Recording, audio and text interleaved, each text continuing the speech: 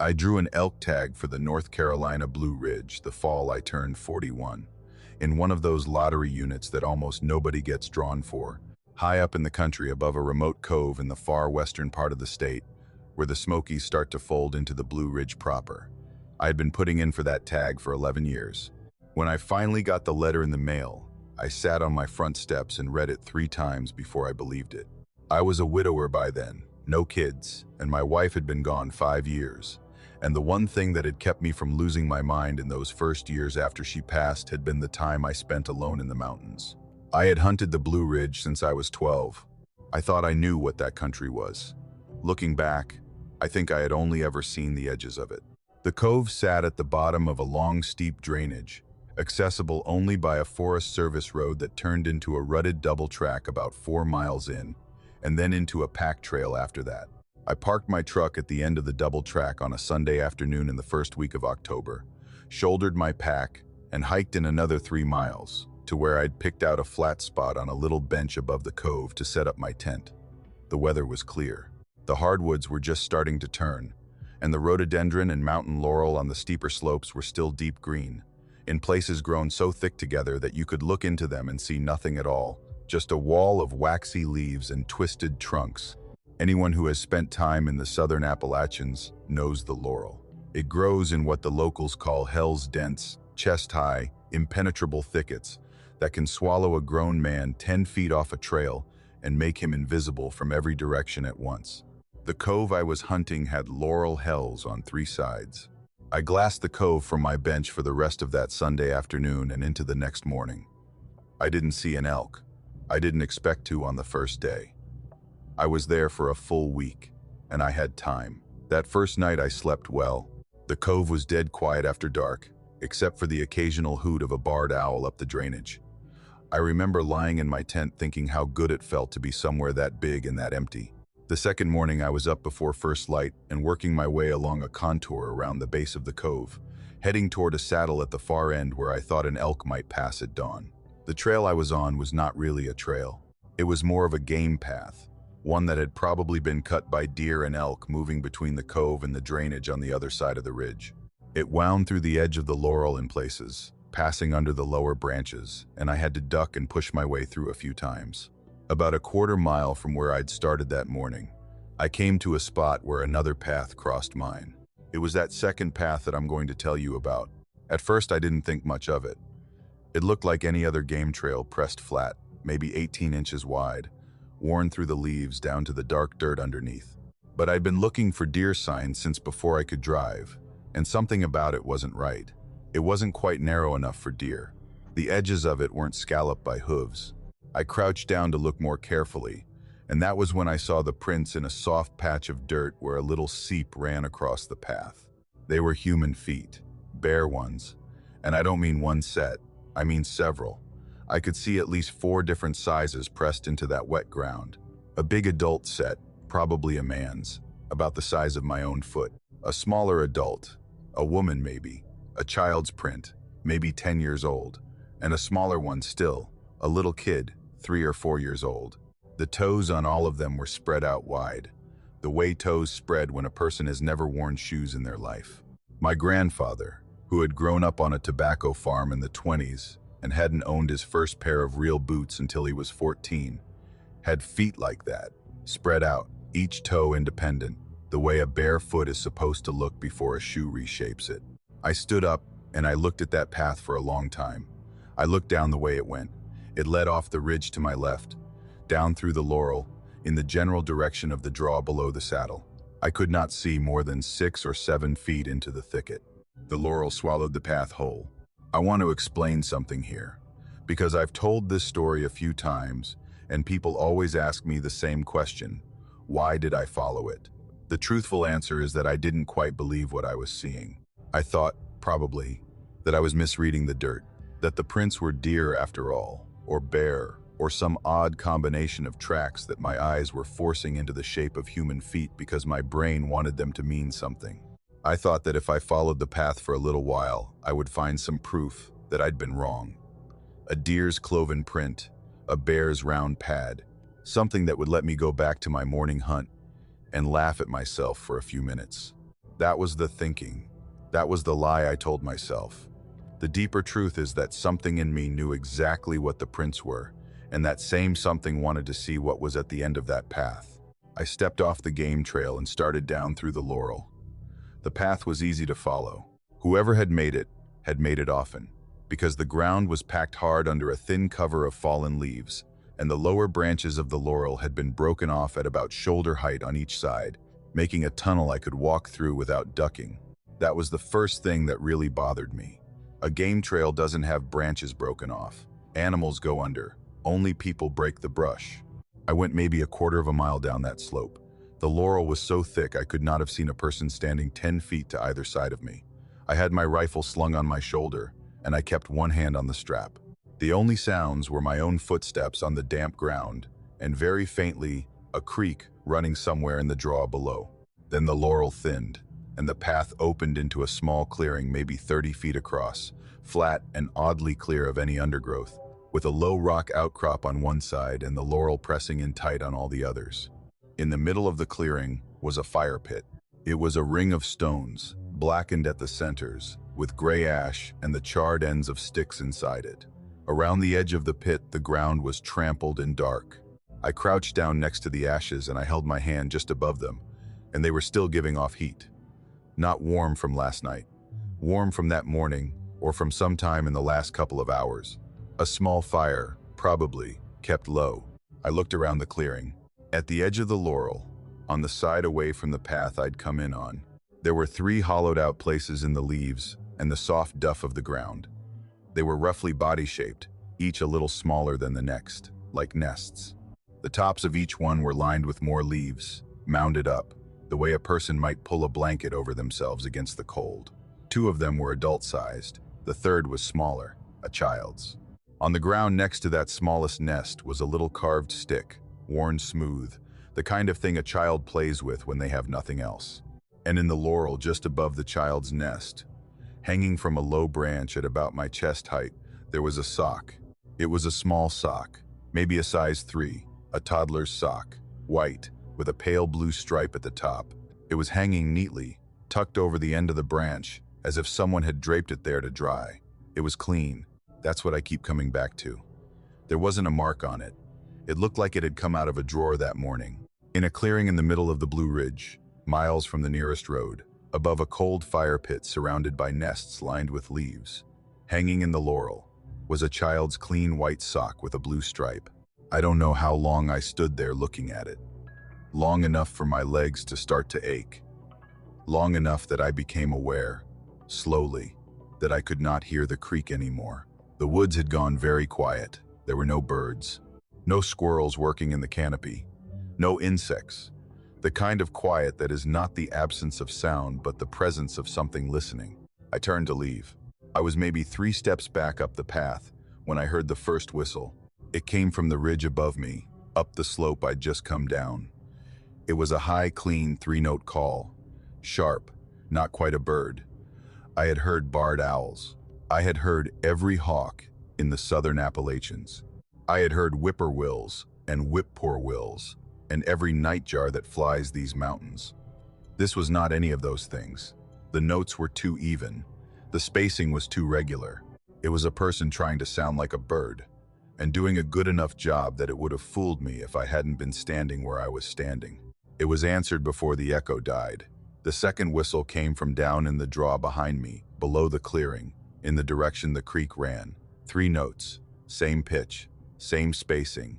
An answer, not a response. I understood, standing there in that laurel tunnel with a rifle on my shoulder and a cold sweat coming up all over my body, that they were signaling to each other. I understood that I was between them. I understood that they had been watching me since I had stepped off the game trail, maybe longer. I understood, in the way you understand things, when your body knows before your mind catches up, that whoever they were the kind of people who had worn that path in over years of walking it, who had lined those nests, who had hung that sock, and I understood that I was a long, long way from my truck. I did not walk back to the trail. I ran.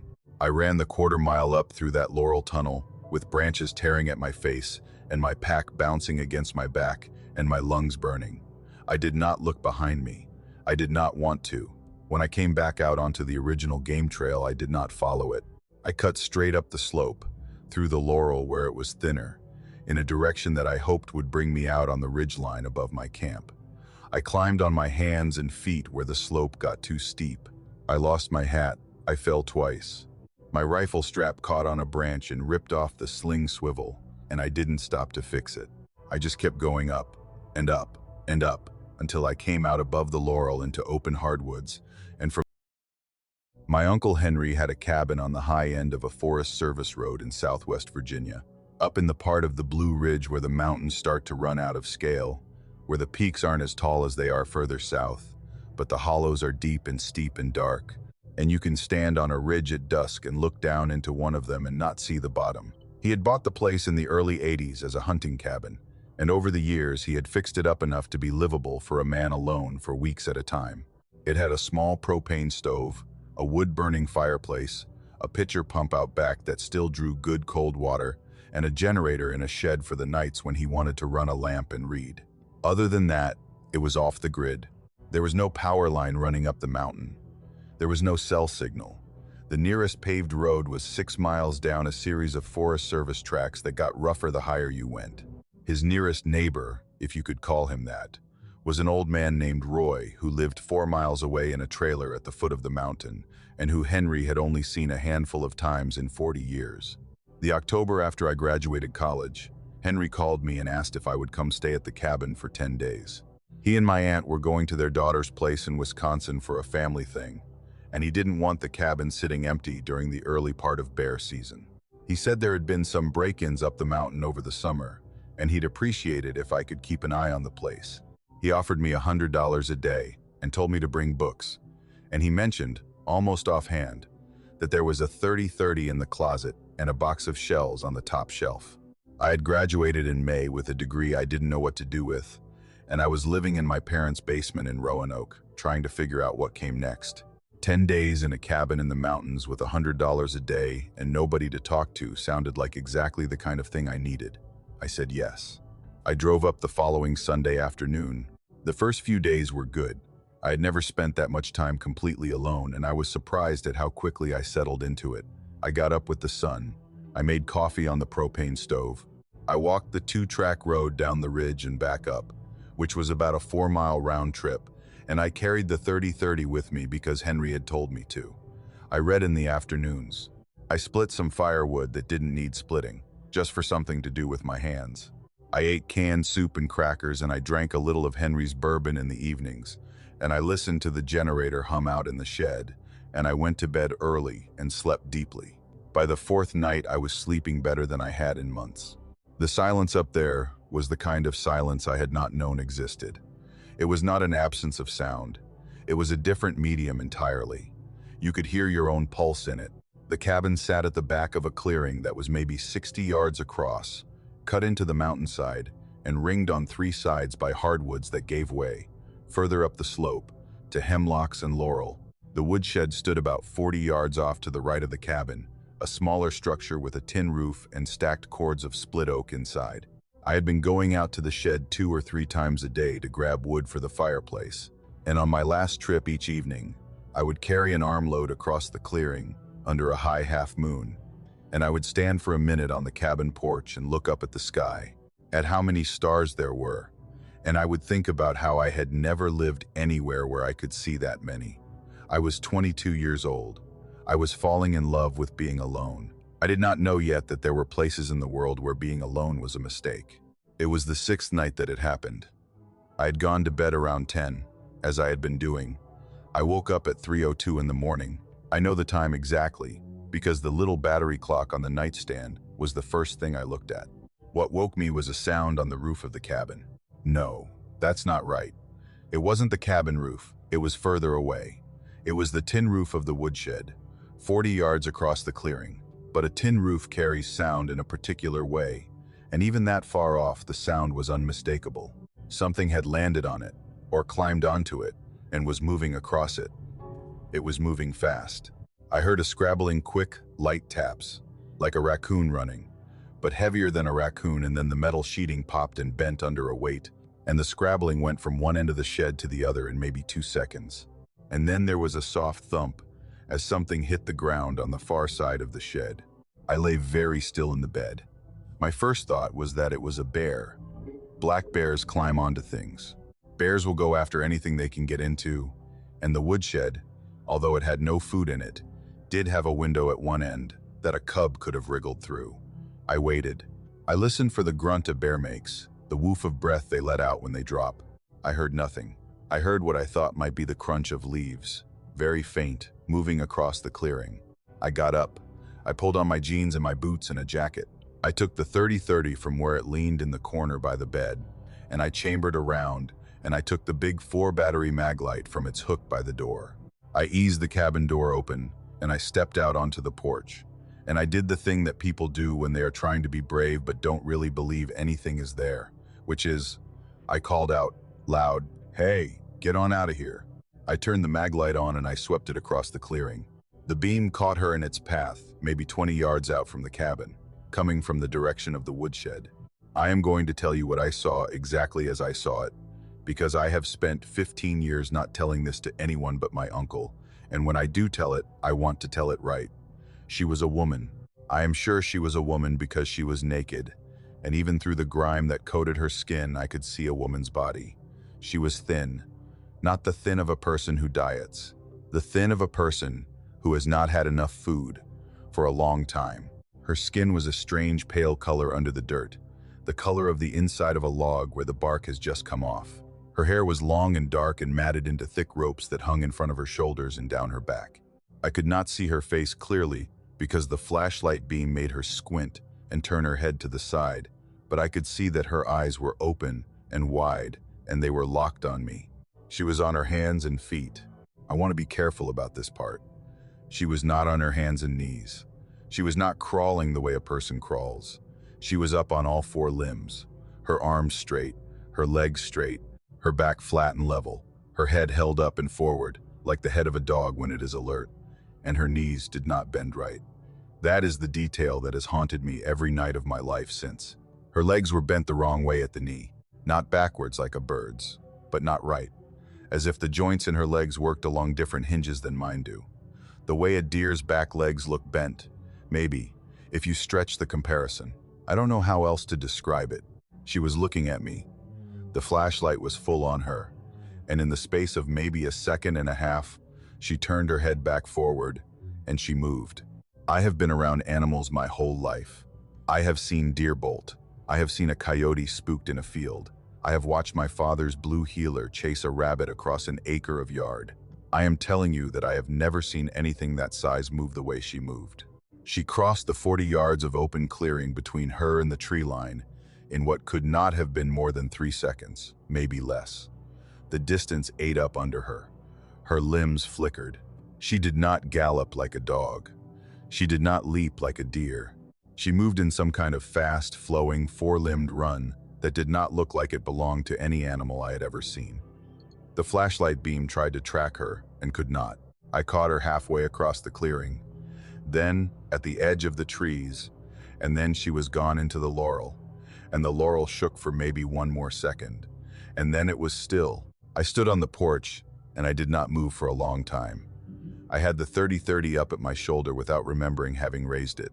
My mouth was full of a metal taste. I was not cold, but my whole body was shaking. I swung the flashlight all along the tree line, back and forth, and I saw nothing. I kept the beam on the place where she had disappeared, and I watched. Nothing came back out. Nothing moved.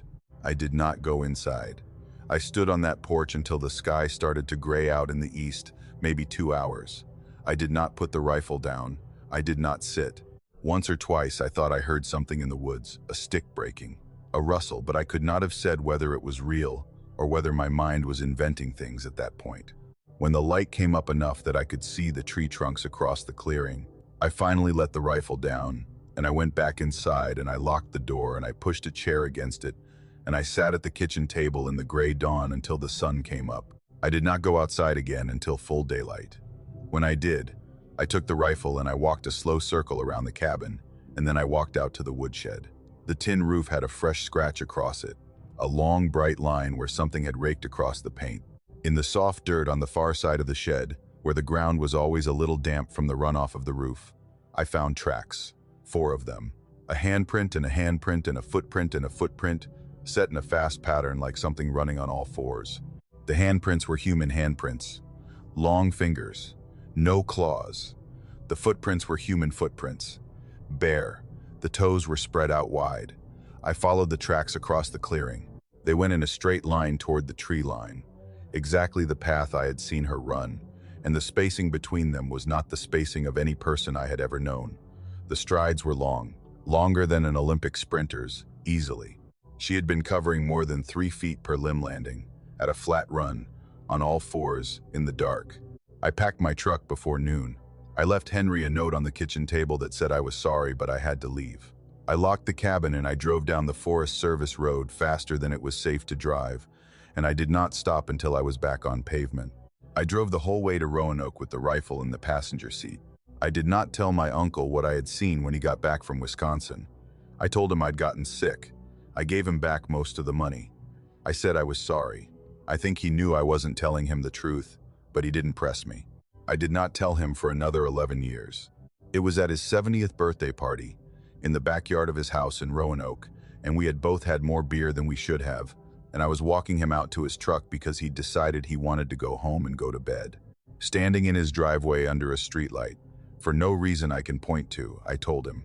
I told him the whole thing, the sound on the roof, the thump, the flashlight, the woman in the clearing on all fours, the way her knees had looked wrong, the way she had crossed 40 yards as fast as a car, the tracks, the reason I had really passed.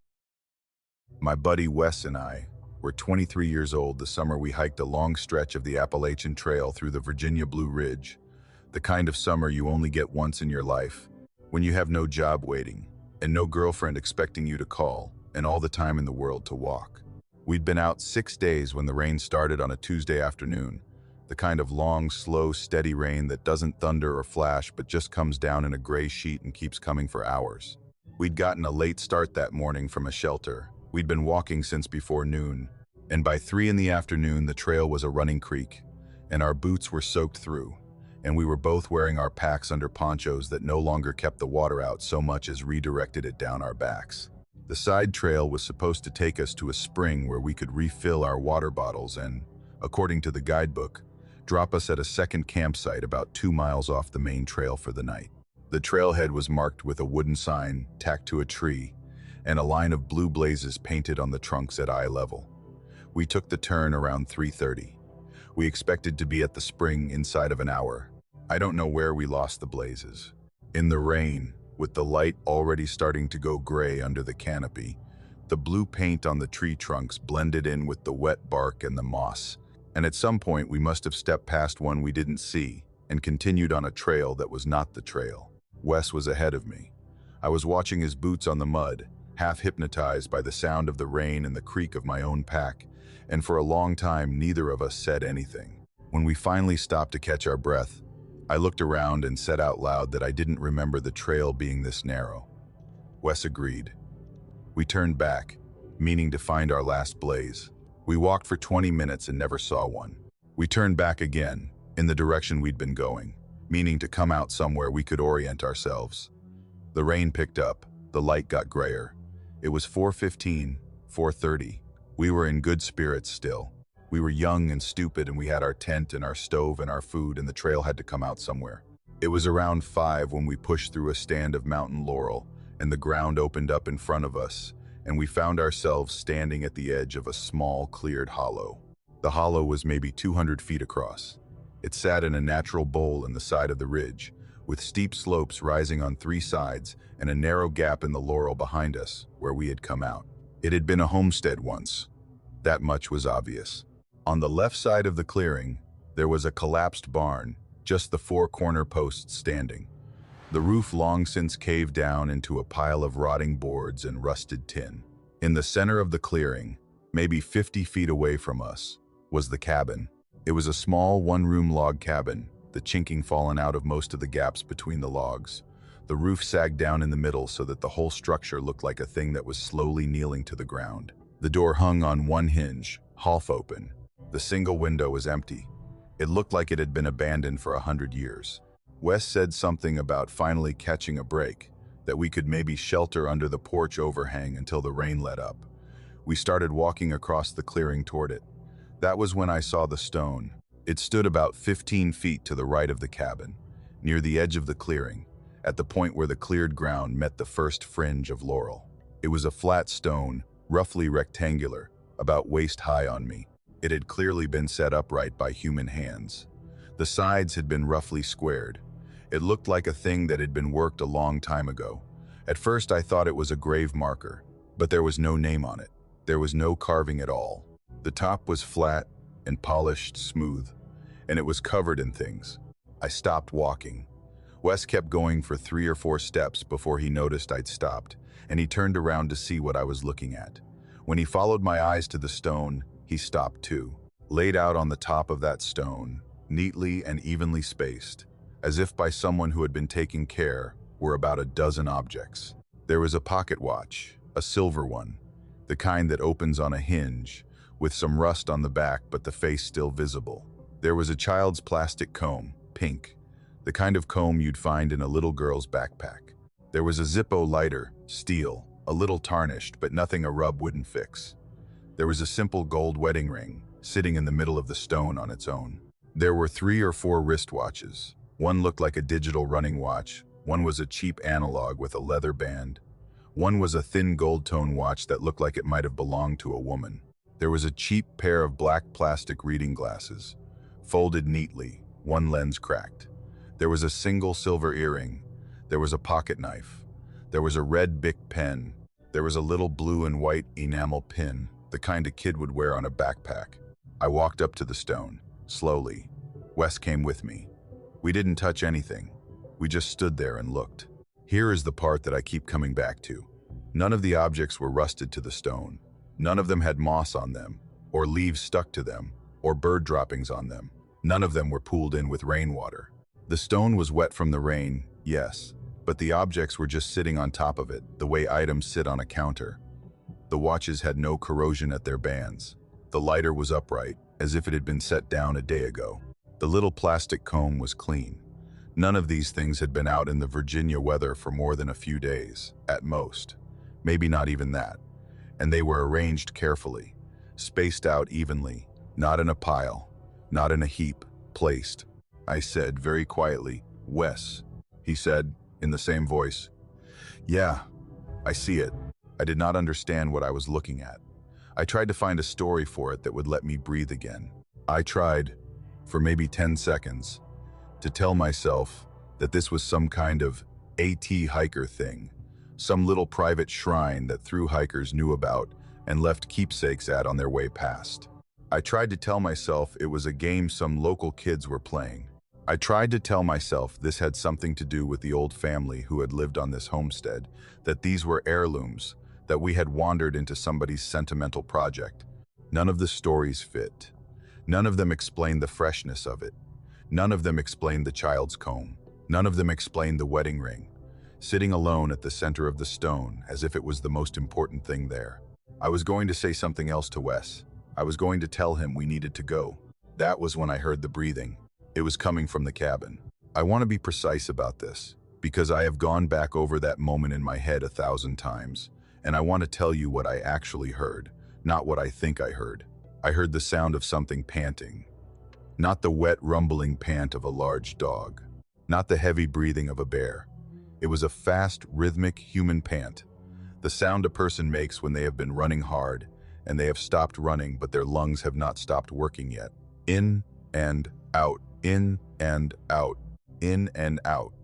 It was coming through the open door of the cabin, 50 feet away from us, clear through the rain. Wes heard it at the same time I did, because he went very still next to me.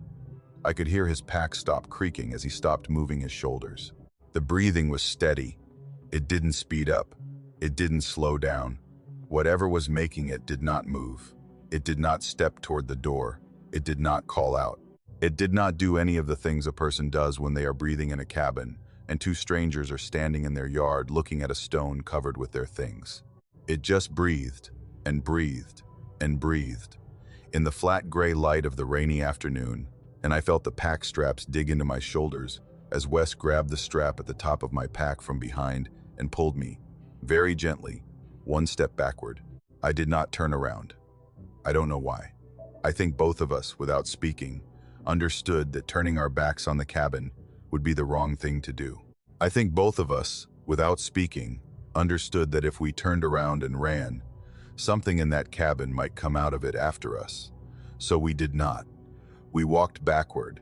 We walked backward across the wet grass of the clearing, toward the gap in the laurel where we had come in, and neither of us took our eyes off the doorway of that cabin. And behind us the laurel closed in around us, and the stone slid out of our sight behind the brush. And still the breathing continued, and still the cabin door hung on its one hinge, and still whatever was inside did not move. When we were maybe 20 feet into the laurel, Wes whispered, just loud enough for me to hear, "Run." We ran. We ran in whatever direction felt downhill. We ran with our packs slamming against our backs and our ponchos tangling around our arms and our boots skidding on the wet ground. I lost my water bottle off the side of my pack. Wes lost his hat. We did not stop. We ran for I don't know how long, probably less than 10 minutes. Though it felt like an hour, and we came out of the laurel into open hardwoods, and we kept running, and we came across a blue blaze painted on a tree. We had found a trail. I don't know if it was the one we had left or a different one. We did not stop to check.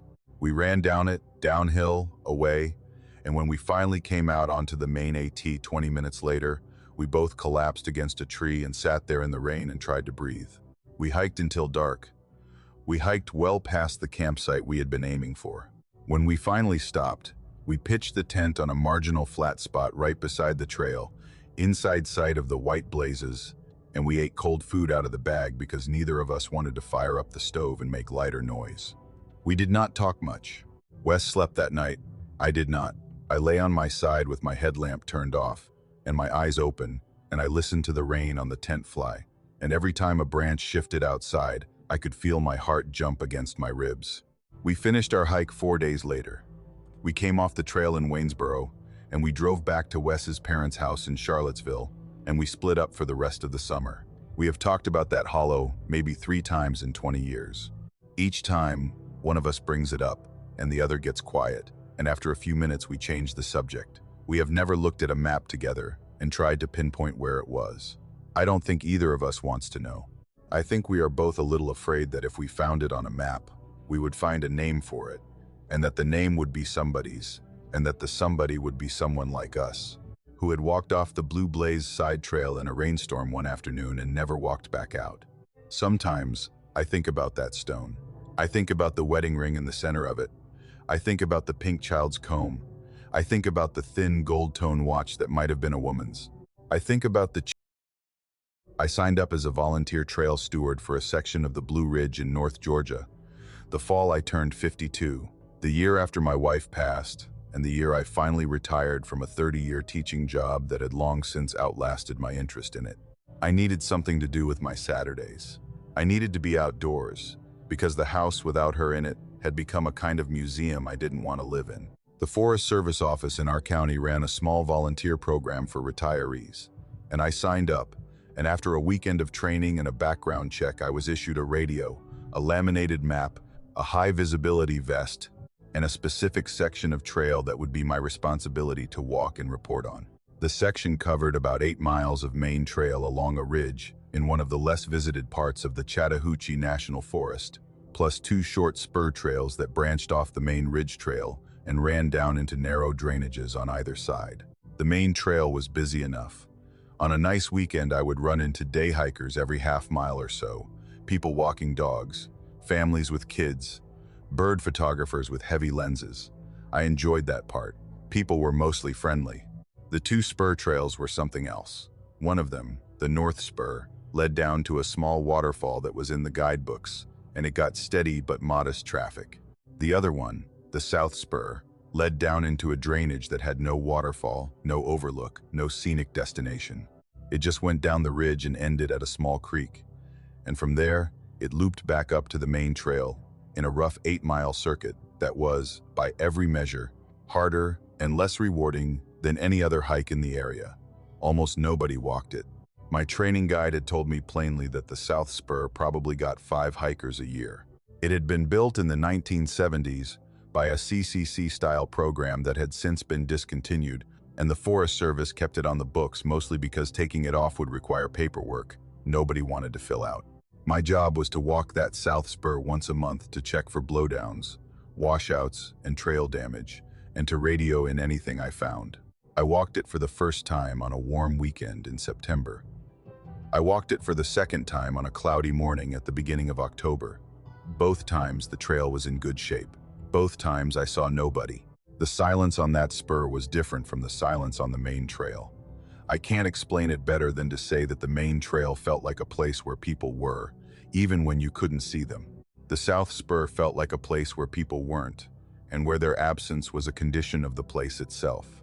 The third time I walked the South Spur was the last week of October, on a clear, cold, bright afternoon with the hardwoods at peak color and the light coming down through the yellow leaves, like light through a stained glass window.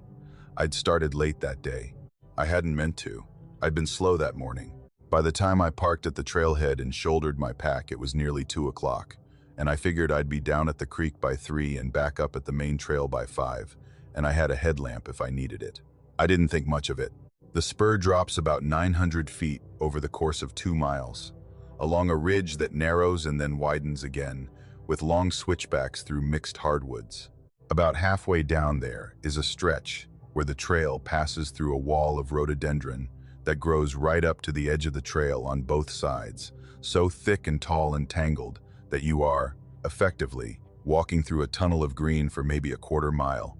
After the rhododendron, the trail opens up again and descends more steeply to the creek. The rhododendron stretch is cool and dim, even in the middle of the day. The light that gets through is green and shifting and does strange things to the sense of distance. I had walked through it twice before without incident. I didn't think about it as I entered it that afternoon. I was maybe halfway through the rhododendron tunnel when I came around a slight bend in the trail and saw the 3 of them. They were standing in the middle of the trail about 40 feet ahead of me. All 3 of them were facing me. They were not walking. They were not talking to each other. They were just standing there, 3 small figures in a row across the narrow trail, with the rhododendron pressing in on both sides of them, and they were looking at me. I stopped. The first thing I registered was that they were children. The tallest of them was about 5 feet, maybe. The shortest a little over 3. A girl and 2 boys. I thought the girl, the tallest, standing on the right, with dark hair loose around her shoulders. A boy maybe 10 years old in the middle, with lighter hair cut short in a way that didn't look like any haircut I had ever seen on a modern child. And the smallest one on the left, another boy, maybe 8, with the same homemade look about him as the other 2. The second thing I registered was that they were barefoot. In October, on a mountain trail, on ground that was cold enough that I could feel it through my boots. The third thing I registered was their clothes. I want to describe this as clearly as I can, because it is the part that was the most wrong. They were all wearing clothes that looked like they had been sewn by hand. Rough fabrics, what looked like heavy, unbleached canvas on the boys. Some kind of coarse, dark wool on the girl stitched into simple garments. The boys wore loose-fitting pants that ended at the calf and long shirts that buttoned up the front with what looked like wooden or bone buttons. The girl wore a long dress that fell to her ankles, dark, with a lighter apron tied around the waist.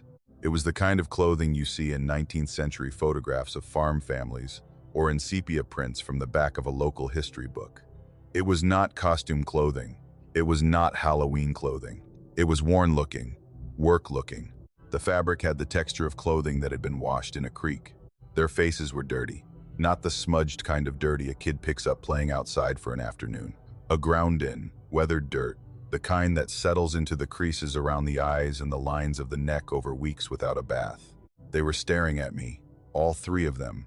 They did not look startled. They did not look afraid. They did not look curious. They looked at me the way a deer looks at you when you come around a corner in the woods, that flat, watchful, assessing look that an animal gives a thing it has not decided about yet. I cleared my throat. My voice, when it came out, was too loud in the green tunnel. "Hey there," I said. "You kids okay?" They did not answer. I waited. I would have expected one of them to at least shift position, to look at another one of them, to giggle or whisper, or do any of the 100 small things that children do when they are standing still. None of them did any of that. They stood in their exact positions on the trail as if they had been there for a long time. The girl's hair moved a little in the cool breeze that was coming down the drainage. That was the only movement. "Are you lost?" I said. I took one careful step forward. "Where are your parents?" Nothing. Not a word. Not a shake of the head. I took another step. Still 40 feet. The trail was narrow enough that there was nowhere for them to step off of except into the rhododendron. It was when I took that second step that I noticed the other thing. Their eyes, all three of them had their eyes open wide on me, and I realized, slowly, that I had not seen any of them blink. I had been standing in front of them for probably 30 seconds at that point, and not one of them had closed their eyes even once. Children blink. Children blink often. Anyone who has been around kids knows that there is a constant small flicker of their eyelids as they look at something. These three did not flicker. Their eyes stayed on me. They stayed on me with a steady, unbroken attention that was not the attention of any child I had ever met. I stopped moving. I don't know how long I stood there. Maybe 10 seconds. Maybe 30. I was trying to decide what to do. I could retreat back up the trail. I could keep going forward. I could try to call out for an adult in case their parents were nearby. I could radio the ranger station. I had my radio in a pouch on my hip. I think I would have gone for the radio eventually. I know I started to move my hand, but before I could do anything, all three of them moved at once. They did not step backward. They did not turn around to each other to communicate. There was no signal that I saw, no glance, no nod, no sound. At a single moment, as if they were three parts of one body, all three of them turned 90 degrees to their right, so that they were facing into the rhododendron on the downhill side of the trail. And then, together, in the same rhythm, they walked off the trail into the green wall and were gone. I have thought about this part of it 1,000 times. The rhododendron on that section of trail is grown so thick that I could not have pushed through it myself without a great deal of effort. It is a wall of interlaced branches, chest high and above, the kind you have to crawl through on your hands and knees in places. The three of them walked into it and did not stop. The branches did not shake. The leaves did not move. I did not hear a single snap of a twig or a rustle of fabric. They walked into the rhododendron as silently as deer, and then they were simply not there anymore. I stood on the trail and I listened. I listened for probably 5 minutes. I did not hear footsteps. I did not hear voices. I did not hear anything at all, except the very faint sound of the creek in the drainage below me, where I would have been heading if I had kept walking. I did not keep walking. I turned around and I went back up the trail. I did not run. I made myself not run. I walked at a steady pace. I did not look over my shoulder because I was afraid of what I might see if I did. I came out of the rhododendron tunnel into the open hardwoods, and the afternoon light was lower than I had expected it to be, and the yellow leaves were throwing a long, deep orange color across the trail, and the shadows of the trees were starting to stretch out. I walked the 1.5 miles up to the ridge as fast as I could walk without jogging, and I got back to the main trail by 4:30, and I got back to my truck by 5:15, and I did not stop at the trailhead to fill out my usual logbook entry. I just got in the truck and I drove. I radioed the ranger station on my way down the Forest Service road. I said I needed to come in and speak to someone. The woman on the radio said the head ranger that day was a man named Bennett, and he would be there when I arrived. I knew Bennett from my training. He was a quiet man in his 60s, a lifer, with a gray mustache and a way of listening that felt like it came from some other, older time. I sat across from him in his small office in the visitor center. I told him what I had seen. I told him about the 3 children in the trail. I told him about the clothes. I told him about the bare feet. I told him about the staring. I told him they had not answered me. I told him how they had moved off the trail together, in unison, into the rhododendron, without making a sound. I told him I could not explain any of it. Bennett listened without interrupting me. He did not take notes. He did not smile. He did not frown. When I was done, he sat for a long moment with his hands folded in front of him on the desk. Then he said, very carefully, that he was glad I had come to see him. He said he would note the report. He said he appreciated my service. And I bought the 42 acres in East Tennessee the year I turned 46, with the idea that I would build a small cabin on it when I retired and use it as a weekend place until then. The land sat up against the Blue Ridge Escarpment, in a rural county where the hardwoods run all the way up the mountain and the roads turn from pavement to gravel to dirt in the space of a few miles. My piece of it wasn't anything special. It was mostly slope, too steep to farm, too rocky for anything more than firewood. It had a little creek at the bottom of a draw, a logging road that went halfway up the back of the property and petered out, and a 4-strand barbed wire fence around the perimeter that was in poor shape when I bought it, and worse shape by the time I started really paying attention to it. The nearest house was almost 2 miles away down the gravel road. The nearest town was 15. I'd been going up there on weekends for about 4 years, mostly to walk the property, mark out where I thought the cabin would go, clear some brush, and fix the fence when I had the time. I did not camp up there.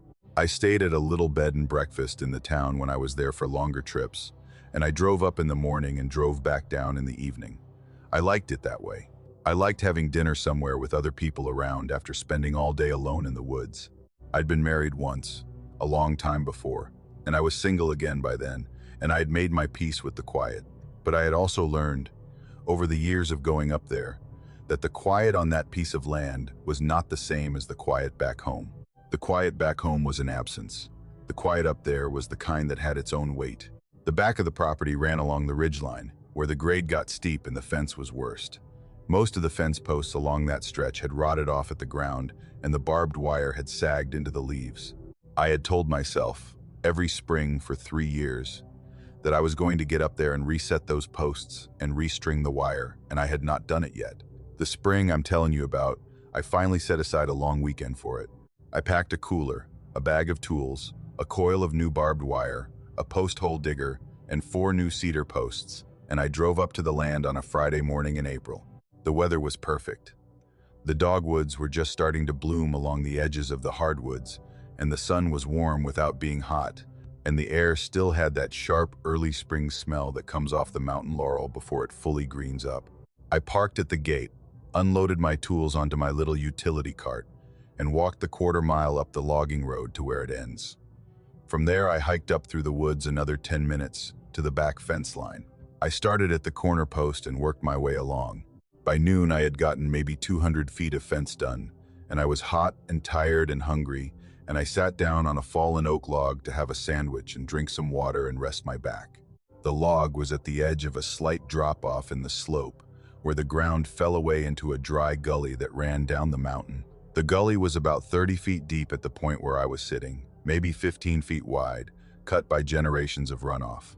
It was dry that day because we hadn't had real rain in a week or so, and there was nothing in the bottom of it but old leaves and the bleached rocks that the water had uncovered.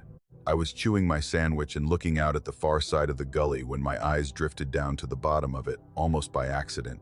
A man was lying in the gully. I don't know how long I had been sitting on that log before I saw him.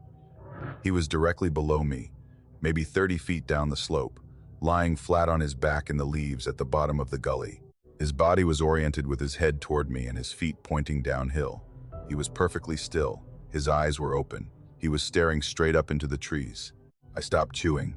My first thought was that he was dead. It was the only thing that made sense. A man does not just lie in the bottom of a dry gully in the middle of the day, in the middle of nowhere, and stare up at the canopy. I thought he had fallen from the ridge. I thought he had had a stroke or a heart attack on a hike, and had made his way down into the gully to rest and had died there. I thought for a moment about having to call the sheriff and go through all the paperwork and answer questions about what I had been doing on my own land. But even from 30 feet away, I could see something wrong about him that had nothing to do with whether he was breathing. His clothes. He was wearing layers of old flannel 3 shirts, maybe 4, one over the other, all of them so faded and dirty that I could not have told you what color they had started out as. Over the flannel, he wore what looked like a brown canvas vest, torn in places. Below the waist, his pants were not pants. Not really. They looked like they had been made from a blue plastic tarp, cut and wrapped around his legs and tied in place with what I later thought might have been strips of inner tube rubber. His feet were wrapped in more of the same tarp material, bound to his legs. He had no shoes. His hair was long and gray and matted into a single thick mass that spread out around his head on the leaves. His beard was the same long, gray, matted, coming down to the middle of his chest. His face, what I could see of it past the hair, was dark brown with dirt and weather. His hands, crossed over his belly, were the same color, with nails so long they curled, and his eyes were open. I watched him for what might have been 20 seconds. He did not blink. He did not move. I could not see his chest rise or fall through the layers of flannel. I kept telling myself he was dead, but something in my body was not buying it. Something in my body knew he was alive, and knew he was aware, and was trying to tell my brain to stop sitting on the log and leave. I did what a lot of people do when they find what they think is a dead body. I cleared my throat, and I called out. I said, "Hey, sir, are you okay?" His head turned toward me. The rest of his body did not move. Not the crossed hands on his belly. Not the tarp-wrapped legs. Not his shoulders. Just his head, on his neck, rotating smoothly, and stopping when his eyes found mine. His eyes were pale, a washed-out gray-blue, like weather-beaten wood. They locked onto me. And then he smiled. I don't want to describe the smile except to say that it was not a smile of happiness, or of recognition, or of friendliness. It was the kind of smile that happens when a face is trying to make a shape it doesn't normally make. The lower half of his face moved. The upper half did not. The eyes stayed locked on mine, wide open and flat. And the smile came up around the beard and stayed there for a second or two, and then he began to move. I have tried, many times in the years since, to describe this next part to people in a way that does not sound insane. I don't know if I've ever managed, but I am going to tell it to you the way it happened. He did not sit up. He did not roll over. He did not get to his feet. He stayed flat on his back in the leaves of the gully, with his head still turned toward me and his eyes still locked on mine, and he began to crawl backward down the gully. He moved spine first. His body slid, flat, along the ground, with no visible motion of his arms or legs to push him. It was not a scoot. It was not a pushing off. It was a smooth, continuous, rearward glide, his body staying dead level against the leaves, his head still turned up toward me, his eyes still fixed on mine. He moved at a speed that I cannot square with any memory of a human body moving. A fast walk, maybe, on a level floor, except he was going backward, along uneven ground, flat on his back. The distance between us opened up in a way that was wrong. He went around the bend in the gully, maybe 40 feet downslope from me, without ever taking his eyes off my face. His head stayed turned at that impossible angle, watching me, as his body rounded the curve and slid out of sight behind a clump of rhododendron. The last thing I saw of him was his eyes. Then he was gone. I could not have stood up in the time it took him to go around that bend. My legs were not obeying me. When I finally did stand up, I was shaking so hard that I dropped the last of my sandwich. I did not go down into the gully. I did not try to follow him. I walked back the way I had come, along the fence line, back to the logging road, back to the gate, back to my truck, and I sat in the driver's seat with the doors locked for maybe 15 minutes before I trusted myself to drive. I drove down the gravel road too fast. I went back to the bed and breakfast in town, and I told the woman who ran it that I'd had a bad fall and needed to lie down, and I locked the door of my room and I lay on the bed in my clothes, and I stared at the ceiling for the rest of the afternoon. I didn't tell anybody. I thought about telling the sheriff. I thought about what I would actually say. I had seen an old man lying in a gully on my land, and he had crawled away from me backward.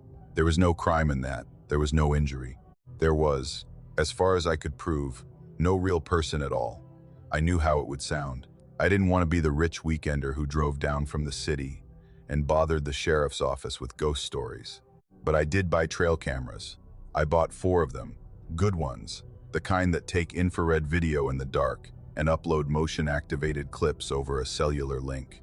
The next weekend I drove back up with my brother. I asked him to come with me, without telling him why, and he didn't ask, and we mounted the cameras along the back fence line, aimed into the gully and the slopes around it. I did not tell him what had happened. I just told him I was worried about trespassers.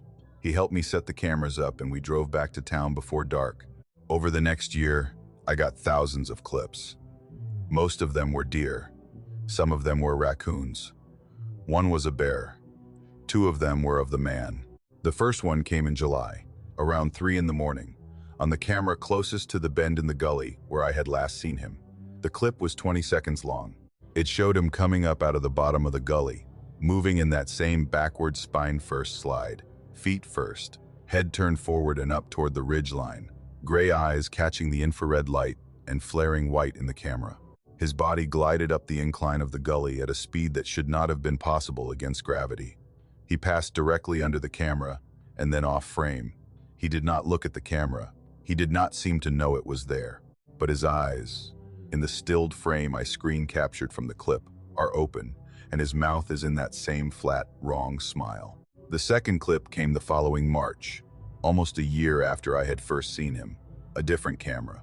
This one was set up closer to the corner post at the back of the property. He was not in the gully in this clip. He was up on the fence line, on my side of the wire. He was moving across the slope in a way I could not see clearly. My friend Carter and I drove up to Black Balsam Knob in western North Carolina on a Friday afternoon in early September, the year I was 27 and he was 29, with 2 packs in the back of his old Toyota and no real plan except to camp on the Bald for a night and come down on Saturday morning. Carter had grown up in these mountains. He was from a little town in Haywood County, and his family had been in those hollows for generations, and I had grown up in the flat country of eastern North Carolina, and for years Carter had been patiently taking me on small trips into his country and teaching me what he knew. I had been up to Black Balsam once before with him in daylight, but I had never camped up there. He told me, as we drove up the parkway toward the trailhead, that there were few better places to see the Milky Way in the eastern United States than on that Bald on a clear September night. The drive up the Blue Ridge Parkway that afternoon was the kind of drive that makes you forgive a lot of things about living. The light was that deep gold of late summer moving into fall. The hardwoods had just barely begun to turn on the upper slopes, and the mountains rolled away in blue rose to every horizon. We parked at the little gravel pull-off at the Sam Knob trailhead around 5. We shouldered our packs and started up. The trail to the Bald is not long, maybe a mile, mostly uphill, through a stretch of red spruce and fir forest so dense and dark that it feels, walking through it, like you are moving through a hallway in some very old building. The spruce grew thick on both sides of the trail, branches interlaced, needles carpeting the ground, and the light under those trees was a dim green even at the brightest part of the day. Then, all at once, the trail crests out of the spruce and the world opens up, and you are standing on a high open grass, bald with nothing between you and the sky. Black Balsam sits at just over 6,000 feet, and the top of it is a treeless field of mountain grass and low blueberry bushes, blown clean of timber by some combination of old forest fires and altitude and weather. From the top you can see for 60 or 70 miles in every direction on a clear day. That evening, the clarity was unreal. We could see the ridges of the Great Balsams, the Pisgahs, the shining rock wilderness to the north, and the long line of the Blue Ridge trailing off to the east. We set up our tent a little below the summit, in a grassy saddle just off the ridgeline, where a shoulder of the mountain would block the wind if it picked up overnight. Below us on one side, the slope fell away into a dark crown of red spruce. On the other side, the Bald sloped down more gently into heath and scrub before giving way to the same spruce forest further down. The tent sat in maybe 12 inches of grass, surrounded by short blueberry bushes. We cooked dinner on Carter's little backpacking stove, watched the sun set over the Smokies, and waited for the stars to come out. They did, eventually, in that heavy, layered way that they only do above 6,000 feet, on a clear, moonless night. We drank a little whiskey from a steel flask he'd brought. We talked about work, about his sister who had just had a baby, about people from his hometown I had met through him over the years. Around 10:30, the air turned cold fast, the way it does on a high Bald, and we crawled into the tent, into our sleeping bags, and settled in. The tent had a mesh top, and the rainfly rolled back, so we could lie on our backs and look straight up through the netting at the stars. Carter fell asleep fast. I stayed awake longer, watching the sky. The first whistle came at about 1:15 midnight. I had been drifting, not quite asleep, when I heard it. It came from downslope on the tree side of our tent, from somewhere in the spruce, a good distance below us. It was a long, clean, 3-note whistle. It held the first note for maybe a full second, then dropped to a second, lower note for about the same length, then rose to a third. It was clear enough that I could have whistled it back if I had tried. It was the kind of whistle a person makes when they are trying to imitate a bird and not quite getting it. Too measured, too even. The spacing was wrong for a bird call. Birds don't hold notes. Birds don't space notes. This was a human whistle, and the human was trying to make it sound like something else. I lay very still. I waited, trying to decide if I had imagined it. My first thought, honestly, was that there was another camper somewhere down below us, calling to a friend. Another few seconds went by. Then the second whistle came. It came from the opposite side of the bald, not from downslope on the tree side, but from the other direction, from across the grass saddle, from behind the low rise that made up the shoulder of the summit. It was the same 3 notes, same pitch, same spacing. An answer, but not quite an echo. The tone was a shade different, as if a different mouth had made it. Carter was awake. I couldn't see him in the dark, but I heard him stop breathing. He had been lightly snoring a minute before. Now he wasn't. The third whistle came from behind our tent. From the side of the bald above us, on the uphill side, the ridge that sloped up toward the summit proper. Same 3 notes, same pitch, same spacing, answering the first 2. They were positioned around us. The tree side, the far side of the saddle, and the uphill side. We were inside a rough triangle of sound.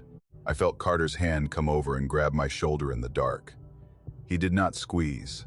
He just held on. And in a voice that was barely more than breath, with his mouth close enough to my ear that I could feel his lips move, he said, "Don't make a sound. Don't move. Don't answer."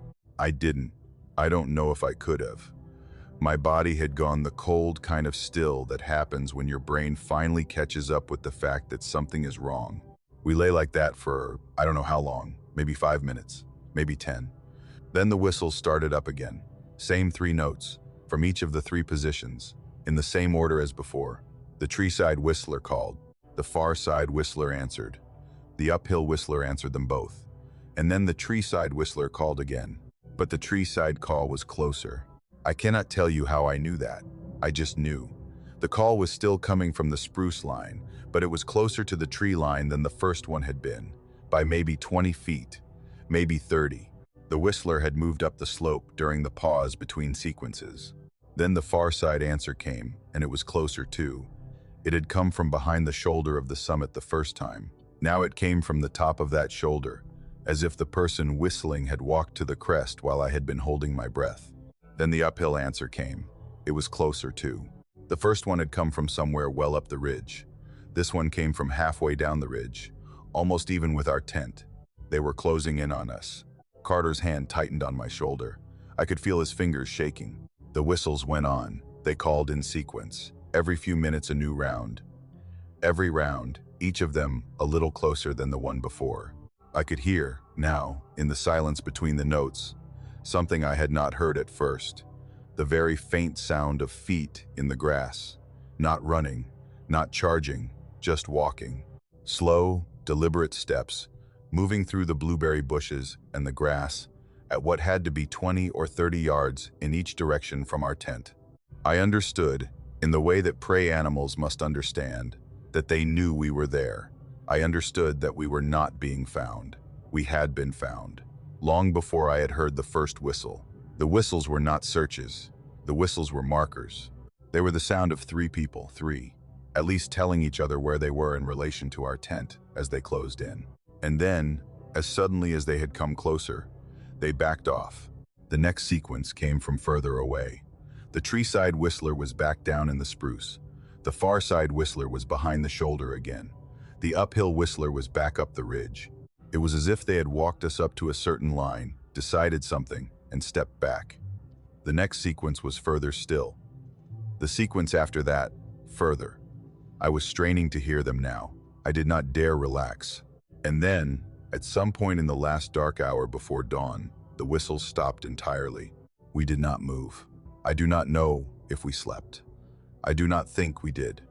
We lay on our backs in our sleeping bags, shoulder to shoulder, and we watched the mesh of the tent turn from black to dark blue to gray. When there was enough light to see the inside of the tent clearly, Carter finally moved. He whispered that we were going to break camp. We were going to move fast. We were not going to talk. We were going to pack everything into our bags and walk straight back down the trail to his truck, and we were going to leave. We crawled out of the tent into the cold gray air of dawn. The bald was wet with dew. My breath came out in a white cloud. Carter started stuffing his sleeping bag into its sack, and I started on the tent poles, and for a minute we worked quickly and silently in the gray light. Then Carter went around to the other side of the tent to pull the guy line stakes, and I heard him stop moving. He was standing with his back to me, looking down at the grass. I walked over. He did not say anything. He just pointed. In the grass around our tent, laid out in a rough circle about waist-wide apart, were stones. There were maybe 12 of them, flat, small, the size of an outstretched hand. They were not natural stones from the bald. The ground on that summit is mostly peat and grass and a few exposed quartz chunks.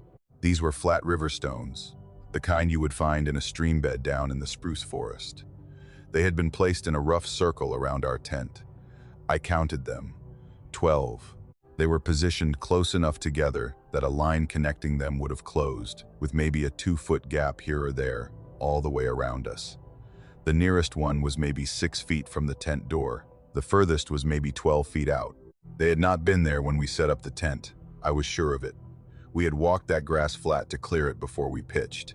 I would have noticed even one flat stone in the grass. There had been none. Whoever had been whistling had walked in a circle around our tent in the dark, silently, while we had been lying inside listening to their whistles, and they had placed those stones. I looked up at Carter. He was staring at the circle. He would not look at me. I said, "What are they for?" He shook his head. I said, "Carter, what are they for?" He said, "We're leaving." I helped him finish breaking camp. Neither of us touched the stones. We left them exactly where they had been placed. We walked back down the trail to the Toyota, and he drove us off Black Balsam and down the parkway, and he did not speak for the better part of an hour. When he finally did, we were off the mountain and out on the highway back toward Asheville, and all he said, staring straight ahead through the windshield, was, "We're not going back up there. I'm telling you now, we are never going back up there. Don't ask me to." I have asked him, over the 15 years since, what the stones were for. He has never told me. He gets a certain look on his face when I bring them up, and he changes the subject, and after a while I learn not to bring them up. He did, once, tell me something that I have held on to. We were sitting on his porch, drinking beer, maybe 5. My grandfather had a hunting cabin on the Virginia side of the Blue Ridge, on a piece of land that had been in my family since long before anyone alive could remember, up in a holler that didn't have a name and didn't want one.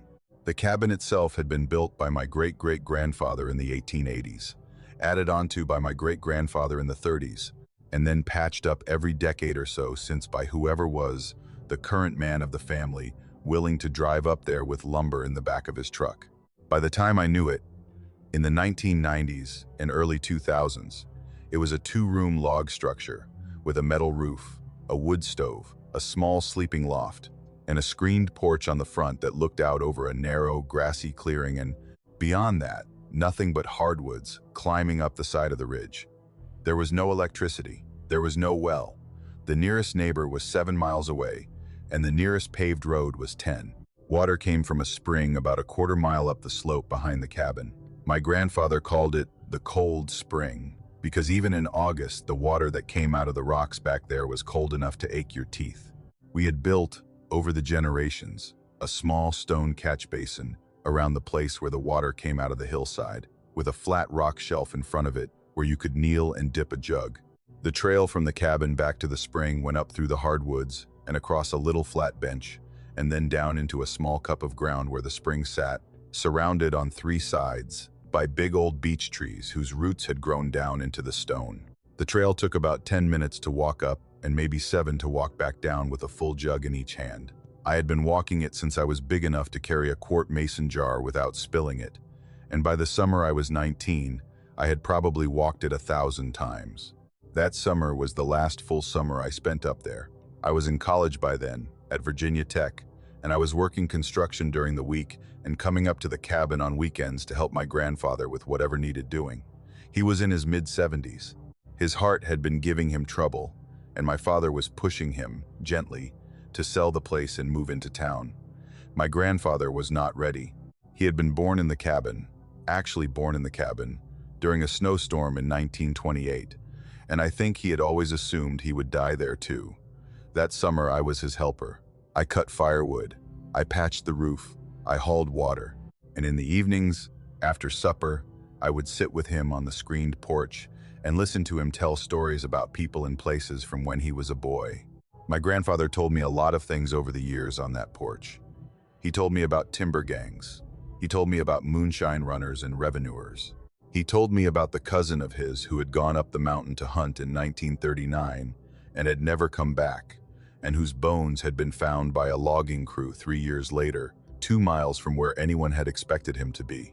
He told me about black bears and their habits, and about copperheads, and about the right kind of birch to cut if you needed a switch, and about the old church down at the foot of the hollow that had been abandoned since before he was born because of something that had happened there that he would not describe, except to say that it had to do with a preacher who had gone wrong in a way that was not spoken of. He told me all kinds of things.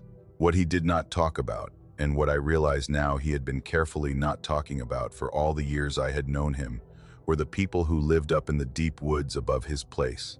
I did not know about those people until the summer I was 19. It was the end of July, on a long, hot, still evening, when I went up to the spring to fill 2 jugs before dark. I had been out splitting firewood all afternoon. My grandfather had gone inside to lie down before supper. I stepped off the porch, grabbed the 2-gallon jugs off the rail where I'd left them that morning, and started up the trail to the spring without really thinking about it. The light was turning gold across the clearing, and the cicadas had just started up in the trees. I was not paying attention on the walk up. I was tired. I had been thinking about a girl I was seeing back at school, and whether I was going to call her the following weekend, and whether she was still going to be interested in me by the end of the summer. I walked the trail on autopilot. I came over the little bench above the spring and started down into the cup of ground where the basin sits, and I was most of the way down the slope before I looked up and saw her. A woman was kneeling at the edge of the basin, with her back to me. My first thought was that she was a hiker. That made sense. The Blue Ridge has plenty of trails, and even though our cabin sat on private land, hikers sometimes wandered off the public trails and ended up on ours. I had run into a couple of them over the years. I thought, for just a second, that she was kneeling to fill a water bottle. Then I took in what I was looking at. She was not wearing the clothes a hiker would wear. She was wearing a long, dark, heavy dress, the kind of thing you'd see in a photograph from 100 years ago, and it was filthy, caked with dirt and leaves, and what I thought at the time was dried blood, but I have since told myself was probably just mud. She was barefoot. Her feet were crossed behind her, soles up, and they were the black of feet that have not been in shoes for a very long time. Her arms were thin. Her shoulders were thin. She was small. Her hair was what my mind fixed on. It was long, past her waist, and it was not hair that had been brushed or cut or washed in any recent way I could imagine. It hung in thick, matted ropes, the color of old rope that had been dragged through dirt. Leaves and small twigs were caught in it. It moved with her shoulders as she breathed. She was not filling a bottle. She was drinking from the basin directly. Her face was pressed down to the stone. Her mouth was on the water. She was drinking the way an animal drinks, with her face in it, making small audible sounds. I stopped moving. I was maybe 20 feet from her. She had not heard me. The cicadas were loud, and the sound of my boots on the pine needles must have been under their cover, and she was lapping water, and her own sounds must have masked me further. I was standing there with a jug in each hand, frozen, trying to decide what to do. I thought about backing up the trail. I thought about calling out and announcing myself so as not to startle her. I thought about turning around and running. I took one step backward. My heel found a dry beech twig, and it snapped under my boot with a sound as loud as a gunshot in the still air. She stopped drinking. Her head came up slowly. Water dripped off her chin. Her face was still hidden by the fall of her hair. For a long second, she didn't move. Then she turned, still on her knees, and she looked at me. I want to describe her face carefully. Her skin was pale, but not a healthy pale. It was the white of things that live under logs. Her cheeks were hollow. Her lips were pale and chapped. Her eyes were the thing I cannot get out of my head. They were open wide. They were the wet brown of a deer's eyes, and they were flat in the same way a deer's eyes are flat. When a deer is staring at your headlights in the road, and it has not yet decided to move. There was no recognition in them. There was no fear. There was no surprise. They were the eyes of something looking at me the way a thing looks at another thing, weighing it, with no human intention behind the look at all. She smiled at me. It was a wide smile. Her lips drew back over her gums, high up, until I could see her teeth all the way to where they met the jaw. There were too many of them. I don't know if that was really true or if her gums had receded so far that her teeth just looked too many. Her teeth were yellow-brown. Some of them were broken. The smile stretched her face, and her eyes did not change. Her eyes stayed open and flat and fixed on mine, while her mouth made the shape of a smile. Like two different people were in charge of her face, and they did not know each other. She did not stand up. She did not step toward me. She did not run. She stayed on her knees at the edge of the basin, with water still running down her chin, and she held that smile. I backed up the trail. One step. Another. I kept my eyes on her. I was too afraid to turn my back on her. She did not move. Her head turned, slowly, as I moved, to keep her face pointed at mine. Her smile did not drop. I backed up over the little bench. The cup of ground went out of my line of sight, and I could no longer see her, and the last thing I saw of her was her eyes, catching the last of the gold light, flat and watchful and unblinking, over the curve of her smile. As soon as the spring was out of my sight, I turned and I ran. I ran down the quarter-mile of trail with the two empty jugs banging against my legs. I came out of the hardwoods and across the clearing and up onto the porch and through the front door, and my grandfather was just coming out of the back bedroom, rubbing sleep out of his eyes, and I stood there in the middle of the main room of the cabin, and I could not speak for probably 30 seconds. He looked at my face. He looked at the empty jugs in my hands. He set his coffee cup down on the table, and he sat down in his rocking chair, and he said, very quietly, "Tell me what you saw." I told him. I told him all of it. I told him about the dress. I told him about the hair. I told him about her drinking from the basin like an animal. I told him about the smile, and the eyes, and the way her head had turned to keep me in her sight. He did not look surprised. He did not say anything for a long time. He sat in his rocking chair, and he looked out the screen door at the clearing going gold in the last of the evening light, and then he said something I have never forgotten. He said, "There have always been people up there, on the upper part of this mountain. I don't know where they came from. I don't know how long they've been there. My daddy told me about them when I was a boy, and his daddy told him. They stay up in the deep woods. They don't come down often. They keep to themselves, and they will keep to themselves. Mostly, if you keep to yourself, you leave them alone, and they will leave you alone. They've always had their ways, and we've always had ours, and that's how we've shared this mountain." I asked him who they were, where they lived, what they ate, how many there were. He shook his head. He said he didn't know. He said nobody in the valley knew. He said his father had called them the old folks, not because they were all old, but because they had been in those woods longer than anyone remembered.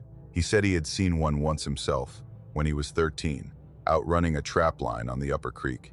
A man, he said, thin, bearded, naked except for a hide tied at the waist.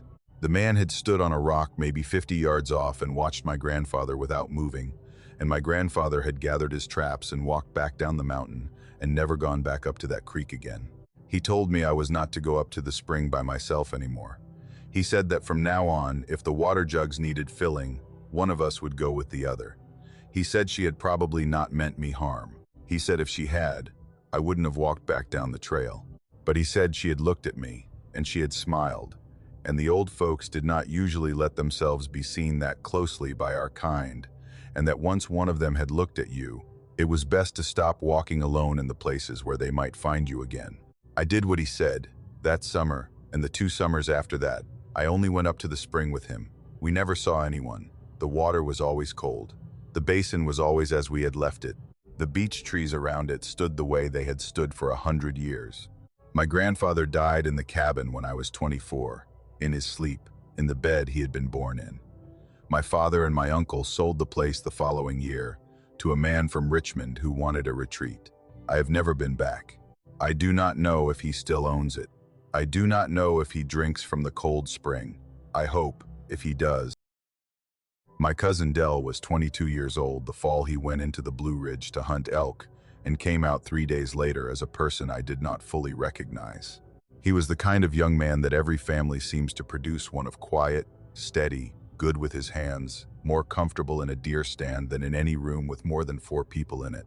He had grown up 2 counties over from me in Southwest Virginia, the youngest of 3 boys, and by the time he was 18, he was already the hunter in the family. He could track a wounded deer through laurel in the dark.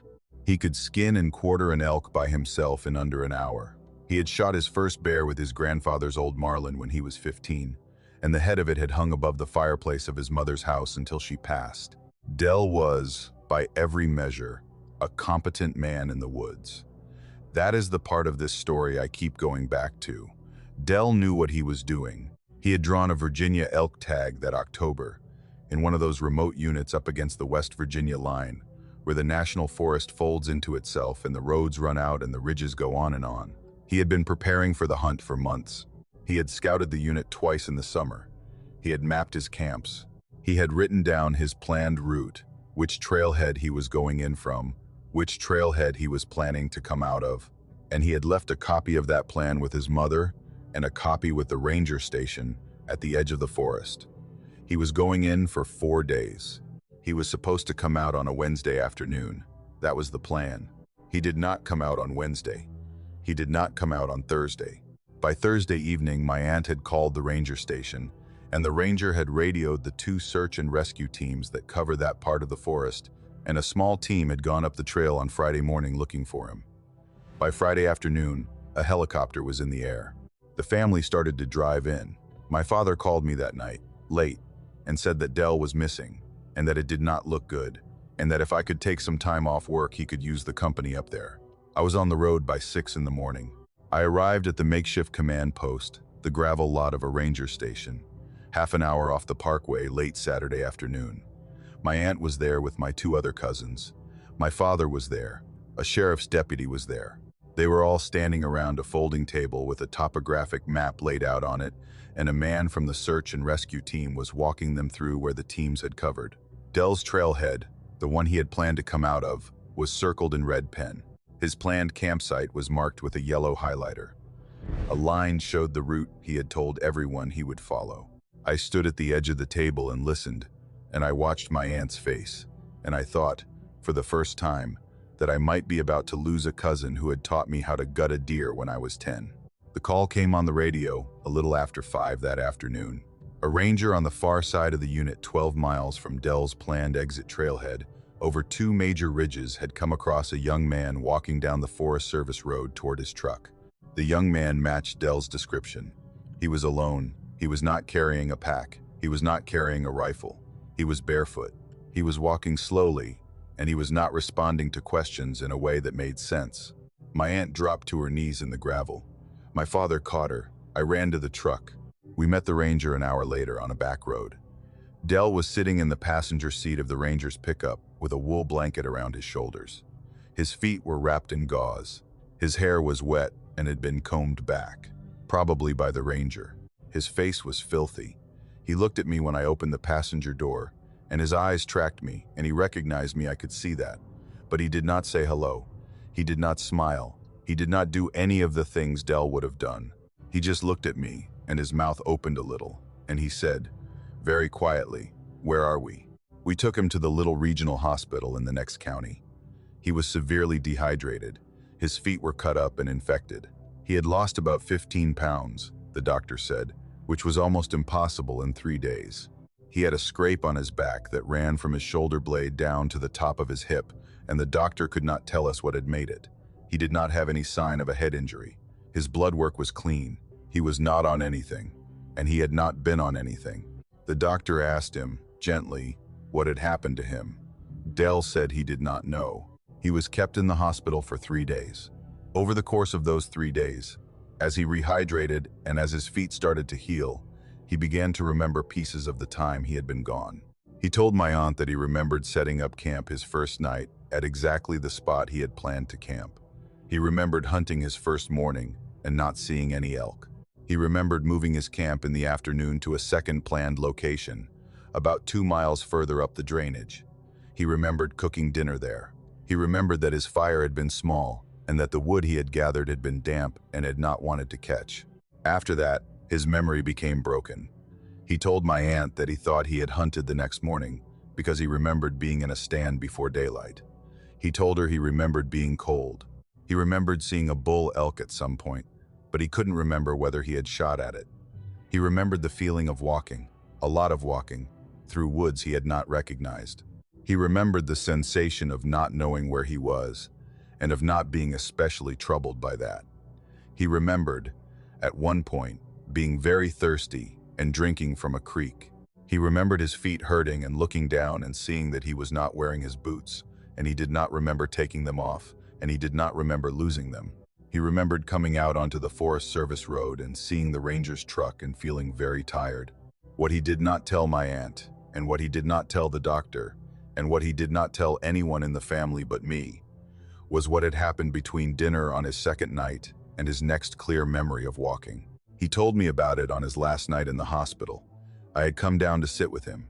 My aunt had gone home to shower and sleep. It was just the two of us in the room. The hallway outside was quiet. He was sitting up in bed, and he looked across the room at me, and he said, "I have to tell somebody. I'm gonna tell you. I ain't telling the rest of them. They're gonna ask me to explain it, and I can't." I said, "Okay, Del, tell me." He told me this. He said that after he had finished eating on his second night, he had been sitting by his fire with his back against a log, cleaning his rifle, and he had heard twigs snapping somewhere out past the edge of the firelight.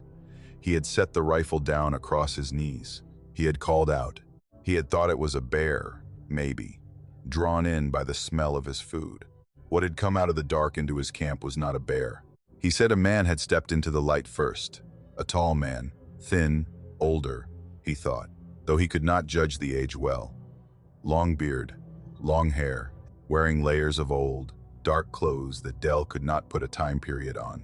The man had stopped at the edge of the firelight and looked at Del across the fire, and Del had started to raise the rifle, and the man had simply kept looking at him until Del, for reasons he could not later explain, had put the rifle back down. A woman had stepped out of the dark next. She was smaller.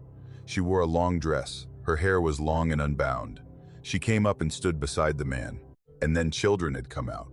Del did not tell me how many. He said, "Some children. I don't know how many. I couldn't count them. Every time I tried to count them, I'd get to 3 or 4 and I'd have to start over." He said they were different sizes. He said some of them were tall enough to be almost grown. He said some of them were small, very small, small enough that he kept wanting to say there was a baby there, though he wasn't sure. He said they did not make noise when they walked. The family, however many of them there were, had walked into his camp as if he had invited them. They had sat down around his fire, not across from him, around him. They had positioned themselves in a rough half circle on the other side of the fire from where he was sitting, and they had settled in. They had not spoken. The man had watched him. The woman had watched him. The children had watched him. None of them had eaten. None of them had asked him for anything. None of them had touched him, or touched his fire, or touched his gear. They had simply sat. Del said he had tried to speak to them.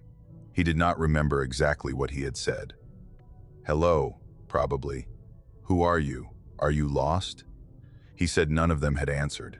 He said the man had smiled, once, and that the smile had been a thing he did not want to describe. He said the woman had tilted her head to the side and held it tilted there for a long time, watching him, the way a bird will hold its head. He said one of the children, he thought it was the smallest one, but he could not be sure, had begun, at some point, to hum. A low, steady hum, no tune, like someone humming with their mouth closed. And he said, at some point after that, he had realized that he could not move. He had not tried to stand up and found himself unable. He had simply become aware, gradually, that his body was not taking instructions from him anymore. He said it did not feel frightening, which was the part that he could not get past later. It had not felt like paralysis.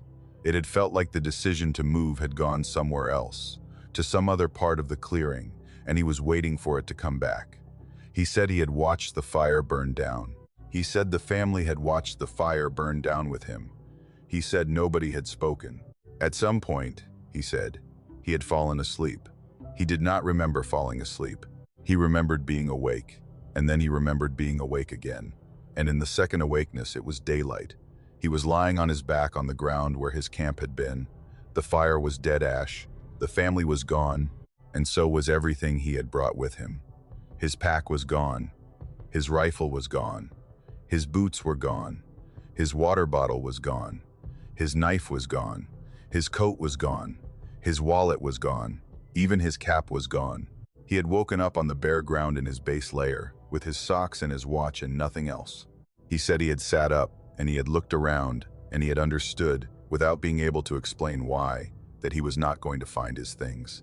He had not even looked for them. He had stood up, on legs that did not work very well, and he had started walking. He said he could not tell me why he had walked in the direction he had walked, only that the direction had seemed like the one he was supposed to go in. He had walked, he thought, for most of that day and all of the next day and into the morning of the day after, through country he did not recognize, with no food and no map and no compass, and he had come out, somehow, 12 miles from where he had gone in, on a Forest Service road that ran along a ridge he had never been on before. That was where the ranger had found him. He told me all of this in the hospital bed, in a voice that was too calm. When he was done, he looked at me, and he said, "I don't know what they were. I know what they weren't.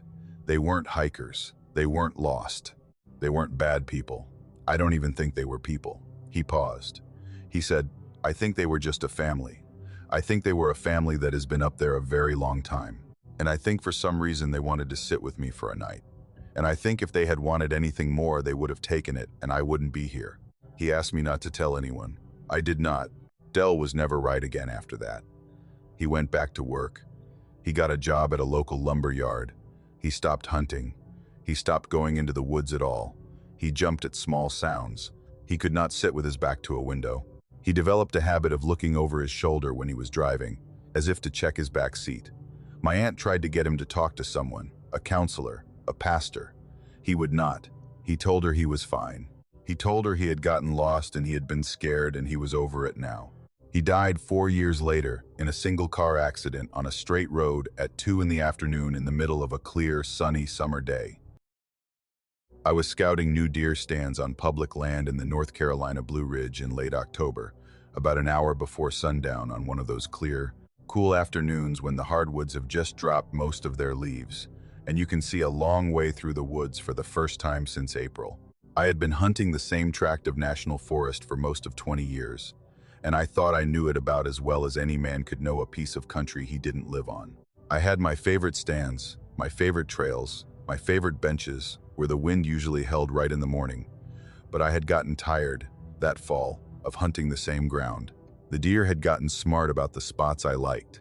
I had hunted 3 weekends already without seeing a legal buck, and I had decided that Sunday afternoon to leave my stand unhunted, lace my boots tight, and go scout a section of the tract I had never set foot on, a long ridge that ran off the back of the main drainage, away from any trail, into country I had only ever looked at on a topo map.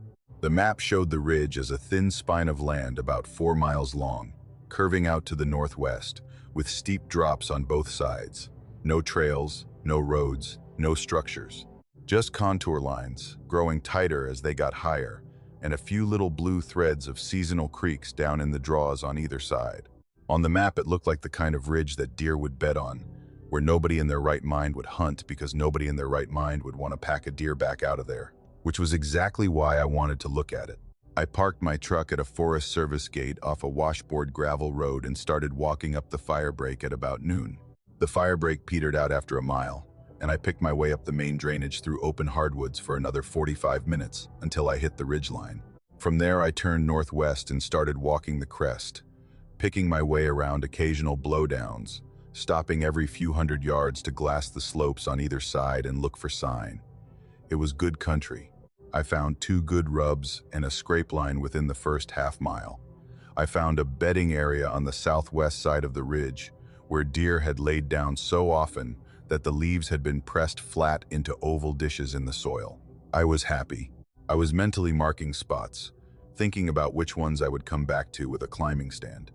I had stopped paying attention to how far I had walked. The map says the ridge is about 4 miles long. I think I had walked about 2.5 miles of it when I came up over a small rise and stopped, because the ground in front of me opened up into a clearing that had no business being there. The clearing was maybe 60 feet across, a rough oval cut into the top of the ridge. It wasn't a natural clearing. I knew natural clearings. I had hunted a lot of them. Natural clearings have an edge of brush, young saplings pushing up from the margin, fallen limbs, briars, the usual mess of things trying to grow back in. This clearing had none of that.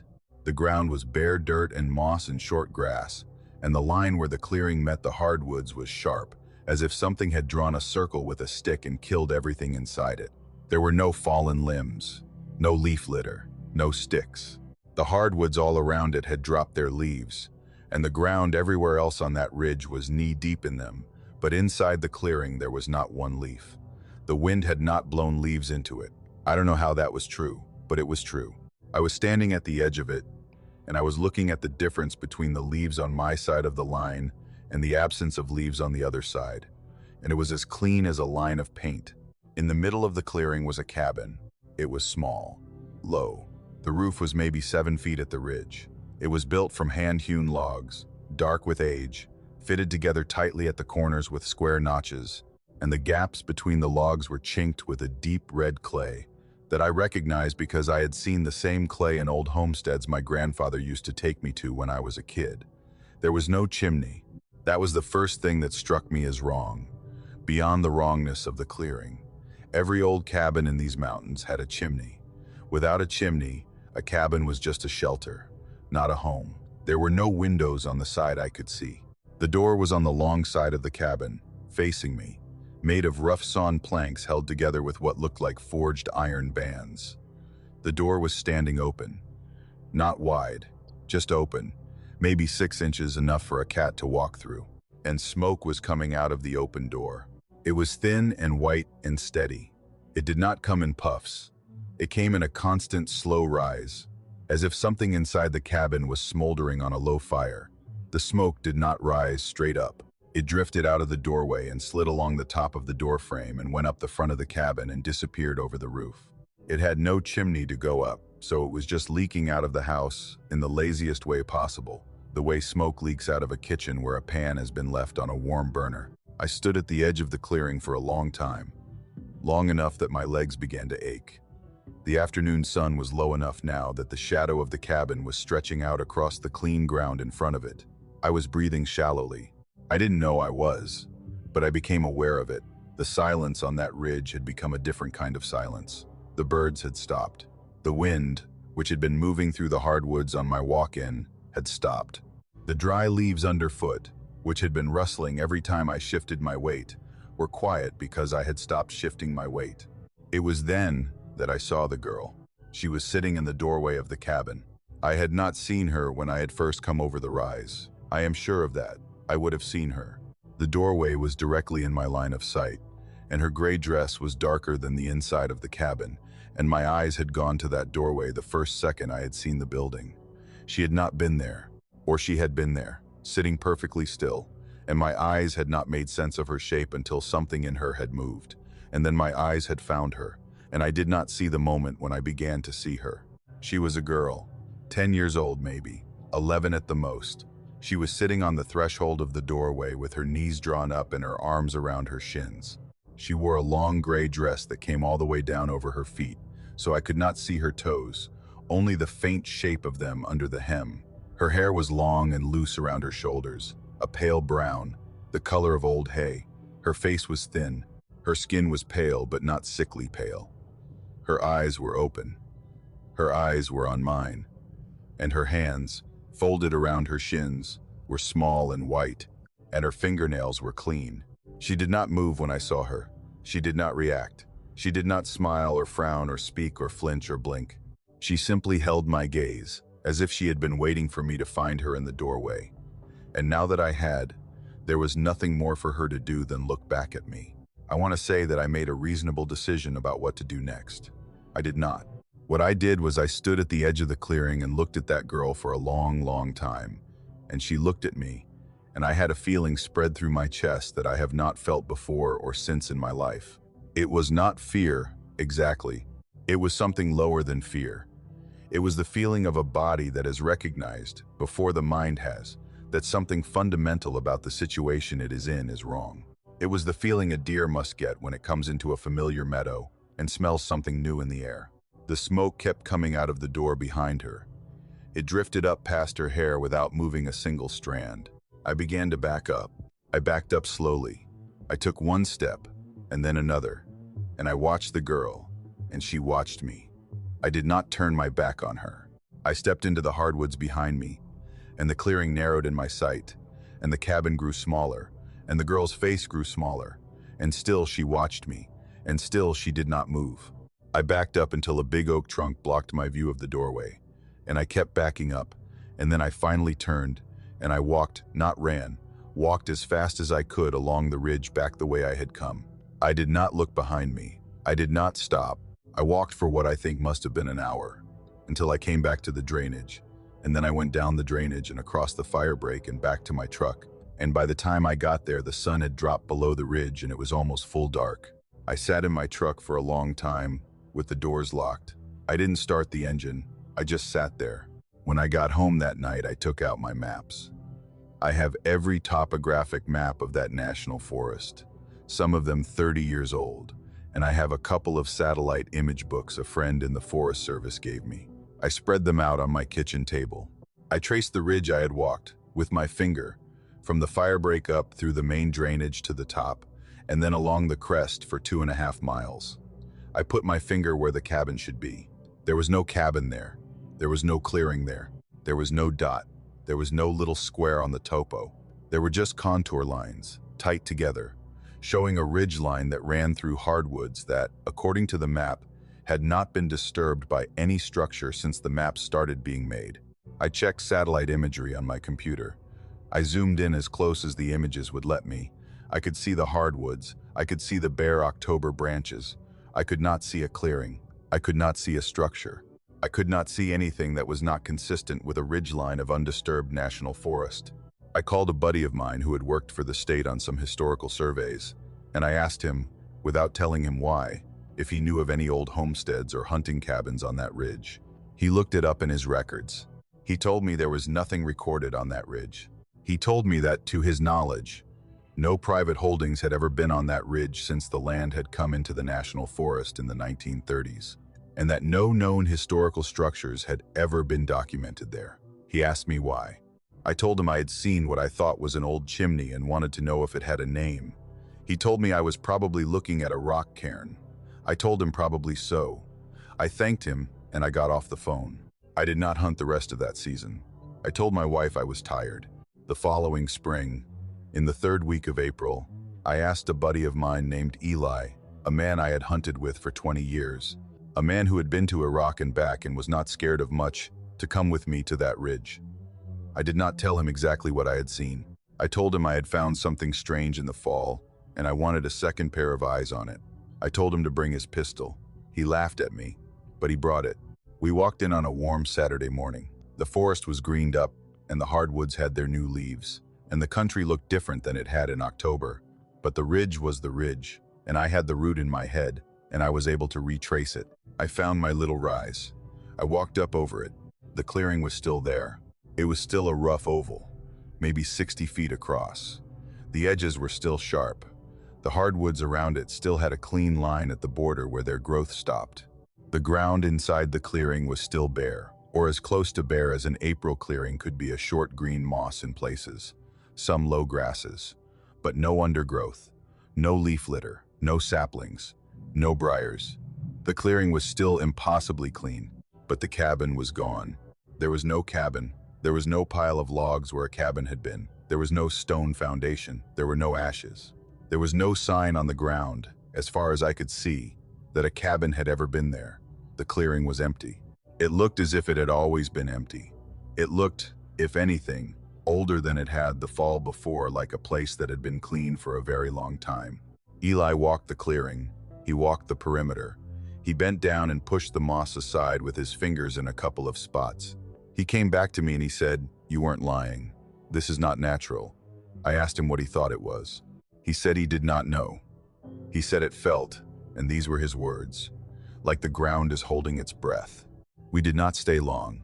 We walked the ridge a little further in both directions, and then we walked back out, and neither of us went back to that ridge again. Eli never asked me what I had seen in the fall. I think he did not want to know. I have told this story to a few people over the years. I have told it to my wife. I have told it to my grown son. I have told it, once, to a forester who had worked the eastern part of the state for 30 years, and he had listened without interrupting, and when I was done, he had not looked surprised. He had only said that there were pieces of these mountains that had been allowed to stay outside of the maps, and that the maps were newer than the ground was, and that he did not have any advice for me except to stay off ridges I could not see from the road. He had said it kindly, the way a man says something he has said a number of times. I still hunt. I worked one summer as a seasonal fire lookout in the Blue Ridge in North Carolina. The summer I was 26, in the kind of bone-tired year where a friend forwarded me the listing, and I applied the same afternoon, and I was on a one-way flight to Asheville before I had really thought about what I was doing. The job was simple on paper. I was to live alone in an old steel fire tower on a ridge in a national forest unit from the last week of May until the first week of September, and I was to watch for smoke. The tower had a small wooden cab at the top of the steel legs, about 50 feet up, a single room, maybe 14 feet by 14 feet, with windows on all four sides, and a narrow walkway, the catwalk that ran around the outside of the cab, so a lookout could step out and glass the country in every direction. Inside the cab there was a cot, a propane two-burner, a battery radio, a topographical map on a rotating table called an Osborne Firefinder, and a 5-gallon water jug I hauled up the stairs from a rain barrel at the base. A trapdoor in the floor of the cab dropped down to the top of the steel stairs. There was no cell service. There was no neighbor. There was no other light visible from any window of the cab at night, anywhere in 360 degrees, except for a single porch light 7 miles away that belonged to a farmhouse down in the valley. The ridge the tower sat on had not had a real fire in 40 years. My supervisor, a quiet man named Huff, told me this during my first day of training, almost apologetically, as if he wanted me to understand that the job was mostly just sitting. "You might call in a smoke once a month," he said. "Usually it's somebody's burn pile they got out of hand. You radio it in. We send somebody. You go back to reading." He said he'd come up to the tower every 2 weeks to resupply me and to make sure I was still in one piece. Other than those visits, I would see nobody. I was not bothered by the idea. I had spent 2 years trying and failing to make a long-distance relationship work, and I had just graduated with a degree that was not going to pay my student loans, and I wanted to be somewhere I could not be reached. I moved into the cab on a clear Sunday afternoon in late May. I slept my first night to the sound of a whippoorwill calling from the spruce below, and woke up to a ridge line of clouds burning pink along the eastern horizon, and I stood on the catwalk in my socks with a cup of instant coffee in my hand, and I thought, very clearly, that I had made the right decision. For the first 2 months, the job was exactly what Huff had described. I watched for smoke from sunup to sundown. I logged temperature and wind and humidity 4 times a day. I radioed in 2 small burns, one a controlled burn that I had not been told about, and one a brush pile down in a hollow that had gotten away from a farmer. I read books. I wrote letters to my sister that I never mailed. I listened to a little pocket shortwave radio in the evenings.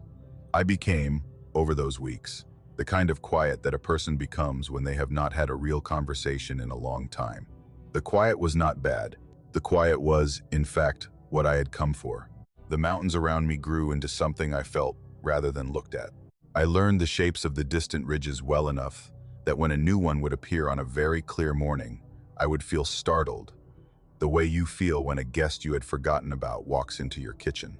It was during the first week of August that the night happened. The day before had been hot and still, one of those heavy August days where the air over the Blue Ridge feels like wet cloth. A little front had moved through in the afternoon, a few rumbles of thunder down the valley, a gray sheet of rain that brushed the ridge and moved on. By sundown, the air had cleared and cooled a bit, and the sky had gone to a deep, hard blue, and the first stars had come out. I had made my last log entry at 8:30, as I did every night, and I had eaten a can of soup standing at the window, and I had taken a cup of coffee out to the catwalk around 9. I liked standing out there at night.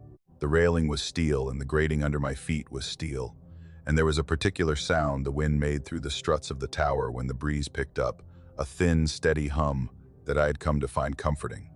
The nearest neighbor was 7 miles away. The nearest road was 2 miles down the ridge. I stood at the railing that night and I watched the first bats come out of the spruce, and I listened, and the country felt as empty as it had ever felt. I was maybe halfway through my coffee when I heard the first footstep on the stairs.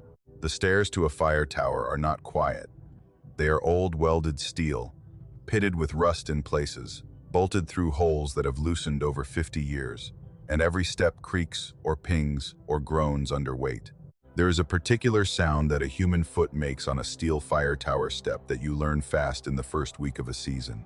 That sound came up to me out of the dark below, one step at a time. A footfall, a pause, the groan of the metal settling, another footfall, another pause, another groan. I turned around and leaned over the catwalk railing, and I looked down. The tower was 50 feet tall. The stairs zigzagged up in 4 flights, each flight ending on a small landing with a narrow open grate at the top that passed through the floor of the cab. At night, without a flashlight, the stairs were black below, maybe 10 feet down. I could see the first landing and a portion of the second flight, and below that, the stairs were a dark column. I could see nothing on them. Nobody was on them, as far as my eye could make out. But I could hear the footsteps coming up. I thought, for a foolish second, that it was Huff. He was not due for another 4 days, but I thought maybe he had come up a day or two early for some reason. Maybe with news. Maybe with a surprise bag of fresh produce, like he had brought me once in July. I called out, "Huff, that you?" The footsteps did not stop. The footsteps did not acknowledge me. They kept coming. Another footfall, another pause, the groan of the metal. I called again, louder. "Hey, I hear you. Who's on the stairs?" Still no voice. Still the footsteps. They were on the second flight now. I could tell by the depth of the sound. They were climbing at a steady, slow rhythm. The kind of rhythm a person climbs a lot of stairs with. A measured, saving pace, never stopping, never speeding up. The metal groaned under every step, and yet when I leaned out over the railing and squinted into the dark, I could not see anyone on any of the visible portions of the stairs. I went back inside the cab. I closed the door behind me and I latched it. I lifted the trapdoor in the floor, a square of heavy plywood on hinges, with a steel bolt that slid into a socket, and I lowered it into place, and I threw the bolt. The trapdoor was the only way into the cab. With it bolted, the cab was a sealed room. I stood over the trapdoor and I listened. The footsteps reached the 4th flight, then the small landing at the top, then the first step onto the catwalk. The catwalk grating vibrated. I could feel it through the floor of the cab. I could feel every step. I could hear, now, that the footsteps were deliberate. The person, the thing, whatever it was walking slowly around the cab on the catwalk. Clockwise, past the east window, past the south window, past the west window, past the north window. And then, as they came past the east window again, and around for a second time, I heard another set of footsteps behind the first. There were 2 of them on the catwalk. Then there were 3. I backed up into the center of the cab, and I sat down on the cot, and I watched the door and the windows, and I felt the grating of the catwalk ring under the weight of what I was now counting as 4, and then 5 sets of footsteps. They moved in different directions. Some of them went clockwise, some of them went counterclockwise. Their footsteps were offset, not in rhythm. They passed each other outside my windows. They did not speak. None of them paused at the door. None of them tried the handle. None of them tapped on the glass. They just walked, slowly, patiently, around and around the outside of my cab, their footfalls making the whole tower hum. I don't know how long this went on before I made myself look. I remember pulling my knees up to my chest on the cot. I remember telling myself, out loud, that I needed to stay rational. I remember thinking about the radio on the desk and how if I called Huff over the radio at 11 at night to tell him there were people circling my tower, he was going to drive up that mountain and he was going to find nothing, and I was going to be the lookout who got pulled off the job in August. I remember thinking that I needed to see what was out there, if only so I could describe it to myself later, when I had calmed down, when I was sure I had not imagined any of it. I crawled to the east window. I stayed below the sill. I raised my eyes just high enough to see over the edge of the frame. The catwalk was lit only by the moon and the stars. The cab windows had no blinds.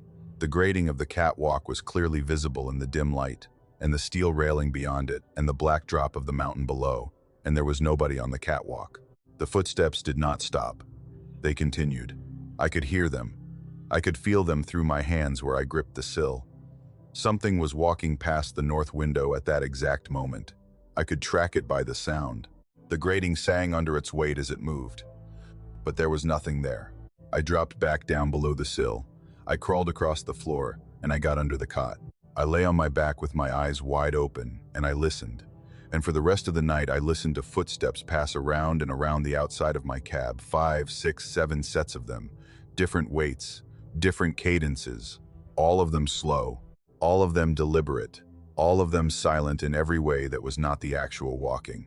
No voices, no knocks, no tapping, no laughs, no breath. Just the steady, circling, invisible tread of multiple pairs of feet on a steel catwalk 50 feet above the ground in the middle of the Blue Ridge. For hours. At some point I must have fallen asleep, because the next thing I knew there was gray light coming through the east window, and the footsteps had stopped. I lay under the cot for a long time before I moved. I listened. I heard a cardinal call from the spruce below. I heard the very faint sound of wind in the struts. I did not hear footsteps. I crawled out from under the cot. I went to each window, in turn. I looked out. The catwalk was empty on every side. The railing was empty. The small landing at the top of the stairs was empty. I opened the trap door. I climbed down the ladder to the first landing. I crouched. The stairs and the landings had, by midsummer, developed a thin film of dust from the pollen and the dirt that blew up off the ridge.